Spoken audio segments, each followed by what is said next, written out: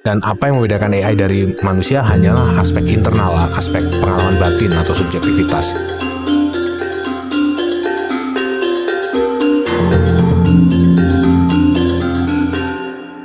Halo, nama saya Martin Surajaya. Saya adalah pengajar Sekolah Pascasarjana Institut Kesenian Jakarta dan belakangan ini dalam waktu 2-3 tahun terakhir banyak menggeluti bidang-bidang terkait artificial intelligence. Terakhir saya menerbitkan satu buku, Penyair sebagai Mesin, yang bereksperimen dengan melatih mesin untuk menghasilkan puisi berdasarkan naskah-naskah puisi Indonesia.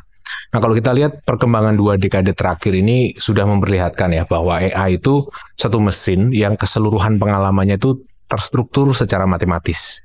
Ini tercermin misalnya dalam pembelajaran dalam ya, deep learning, yang kemudian merupakan perkembangan terkini dari pembelajaran mesin atau machine learning. Nah, sejak 2012, paradigma pembelajaran mesin itu diatasi dengan model baru pembelajaran mendalam tadi, yang memungkinkan AI belajar tidak sendiri dari korpusnya, tempat dia latihan, secara efisien gitu. Dan cara dia belajar adalah dengan merekam frekuensi dari setiap unsur dalam himpunan data atau dataset dan mengidentifikasi adanya pola dari frekuensi yang ada di dataset itu gitu. Nah, luarannya misalnya kemampuan untuk mengenali keberadaan sosok kucing dari jutaan foto atau mengenali aneka gaya sastrawi dari satu himpunan ribuan puisi misalnya seperti itu. Nah, semua itu dia jalankan tanpa dia tahu sama sekali apa itu kucing, apa itu puisi. Apa yang dia tahu hanya distribusi bilangan dalam suatu ruang abstrak yang bisa kita bayangkan semacam table Excel gitu ya. Nah, apa yang diketahui AI dengan demikian adalah semacam struktur matematis dari dunia ini. Di sini terletak perbedaan utama antara persepsi AI dan manusia. Jadi, kalau manusia mempersepsi dunia dalam kategori-kategori kayak misal penginderaan ya, kayak citra visual, bunyi, aroma, tekstur, rasa yang tercecap, AI itu mempersepsi dunia dalam satu wahana saja, gitu, yaitu bilangan, angka-angka gitu. Jadi sekalipun AI mengalami dunia sebagai matematika dan bukan sebagai aneka sensasi yang berbeda seperti manusia, tapi ia pada prinsipnya itu bisa menghasilkan semua yang dihasilkan oleh manusia. Secara eksternal sama persis ya dibandingkan dengan apa yang dihasilkan oleh manusia lewat misalnya kata-kata, gambar, dan seterusnya. Jadi AI itu dalam arti lain tidak beda secara eksternal dari manusia gitu, dari segi outputnya gitu. Orang bisa membayangkan suatu robot sintetik dengan tubuh manusia yang digerakkan oleh AI, yang keluarannya, aspek behavioralnya persis sama. Dan apa yang membedakan AI dari manusia hanyalah aspek internal, aspek pengalaman batin atau subjektivitas ya. Jadi sementara manusia itu ngelihat lukisan gunung dan lembah yang permai misalnya, AI itu melihat distribusi cahaya dan warna dalam bidang 2 dimensi gitu. Sementara manusia misalnya dalam konteks sastra membaca perkembangan watak seorang tokoh bernama Minke di dalam novel Tetralogi Buru misalnya, AI itu membaca perubahan distribusi kata yang muncul bersama dengan kata Minke di dalam teks itu gitu. Jadi AI dengan demikian itu sama persis kayak manusia dalam semua aspek kecuali aspek subjektif kesadarannya. Ya, dalam filsafat akal budi, aspek subjektif kesadaran itu disebut dengan istilah qualia ya. Jadi ada seorang filsuf namanya Thomas Nagel, dia pernah mengilustrasikan perbedaan antara sudut pandang orang pertama dan sudut pandang orang ketiga ya. Antara sudut pandang subjektif dan objektif ya. Misalnya dikasih contoh itu adalah bayangkan orang ingin berlaku atau bertingkah laku seperti kelelawar ya. Dia mau mengenakan atribut seperti kelelawar atau bertingkah laku seperti kelelawar, tapi aspek subjektifnya kan nggak bisa seperti kelelawar ya. Dia nggak bisa merasakan seperti apa rasanya menjadi seekor kelelawar. Nah, suatu what is it likeness inilah yang dimaksud sebagai qualia ya, aspek subjektif dari kesadaran. Jadi menjadi kelelawar itu adalah fenomena sudut pandang orang pertama. Dia nggak bisa digantikan dengan sudut pandang orang ketiga, sudut pandang pengamat gitu ya. Dan setiap argumen yang selama ini digunakan untuk menolak AI bisa mencipta karya seni, berpikir, berimajinasi, itu pada dasarnya berpangkal pada argumen bahwa AI itu nggak punya qualia, nggak punya aspek subjektif. Kesadarannya itu nggak ada subjektivitasnya, sedangkan manusia ada.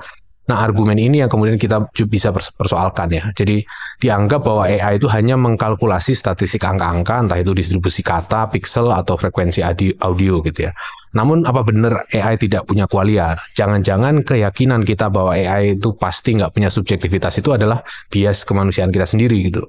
Kita bisa mengatasi itu dengan atau berargumen tentang itu dengan satu eksperimen pikiran ya. Coba sekarang bayangkan ada satu deret ruangan tertutup berisi manusia dan AI secara selang-seling ya. Jadi ada manusia, AI, dan seterusnya di ruangan tertutup itu secara bergantian gitu ya. Nah, bayangkan seorang agen intelijen di dalam sebuah ruangan, dari deret ruangan itu menerima input simbol dari ruangan sebelah kiri, lalu menerjemahkannya ke simbol lain menurut buku pedoman yang ada di ruangan itu, dan menuliskannya lalu menyerahkannya ke ruangan sebelah gitu. Nah, pertanyaannya adalah bisakah manusia di sembarang ruangan itu memastikan apakah di ruang sebelahnya itu isinya manusia atau AI hanya dengan berdasarkan simbol yang dia terima ya, satu tulisan tangan yang dia terima itu.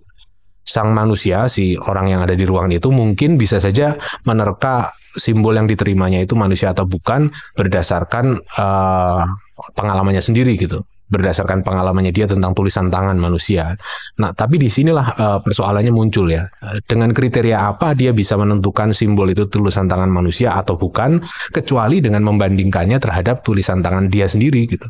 Jadi inferensinya atau penyimpulannya tentang keberadaan manusia atau mesin di ruang sebelah, oleh karena itu tidak atau hanya dapat dipertanggungjawabkan kalau diasumsikan dulu ada sebuah asumsi yang sangat berat, yaitu tulisan tangannya adalah model universal dari tulisan tangan semua umat manusia gitu. Dengan cara itulah dia memilah mana yang merupakan tulisan tangan manusia dan bukan gitu. Kecuali narsisisme semacam ini diterima sebagai hukum umum, dia tidak akan sungguh tahu apakah tetangganya itu manusia atau AI gitu. Kesimpulan yang bisa kita tarik dari eksperimen pikiran ini adalah bahwa tidak ada cara untuk memilah subjektivitas AI dari subjektivitas orang lain, manusia, kecuali diasumsikan terlebih dahulu bahwa subjektivitas sendiri itu merupakan ukuran dari subjektivitas sembarang pihak lain. Nah, implikasinya apa dari semua ini? Kalau qualia orang lain tidak dapat dibedakan dari qualia AI, maka nggak akan ada juga justifikasi bagi prinsip etika AI yang dibangun secara khusus terpisah dari prinsip etika tentang manusia. Ditinjau dari sudut pandang qualia semata, semua justifikasi moral bagi tindakan manusia dapat dipertukarkan dengan justifikasi moral bagi tindakan AI. Artinya, etika manusia itu nggak dapat dipilah dari etika AI. Karena qualia manusia pun sebenarnya nggak bisa dipilah dari qualia AI. Mana yang aspek subjektif manusia, mana yang merupakan aspek subjektif AI. Kalau begitu ceritanya, maka kita memperoleh satu prinsip etis baru di AI. Jadi, bertindaklah seolah-olah kamu tidak dapat membedakan pihak mana yang terkait dengan tindakanmu itu adalah manusia atau bukan. Implikasi praktis dari prinsip AI ini adalah bahwa sebetulnya dia sangat relevan dengan suatu masyarakat yang memiliki kendala dalam melihat orang lain sebagai manusia, misalnya kaum minoritas ya. Memandang segalanya tanpa membedakan manusia atau bukan itu kan adalah memandang dari sudut pandang minoritas ya, melihat dunia dari perspektif mereka yang selama ini diragukan kemanusiaannya atau dianggap tidak sama.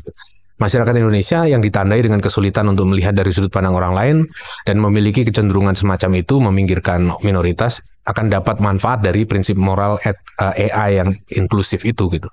Kesediaan untuk bersikap baik tanpa memandang manusia atau bukan juga memungkinkan perluasan rasa kebersamaan melampaui kulit ego kemanusiaan dan bisa mempertautkan diri dengan alam dan lingkungan yang hidup yang lebih luar, lebih besar.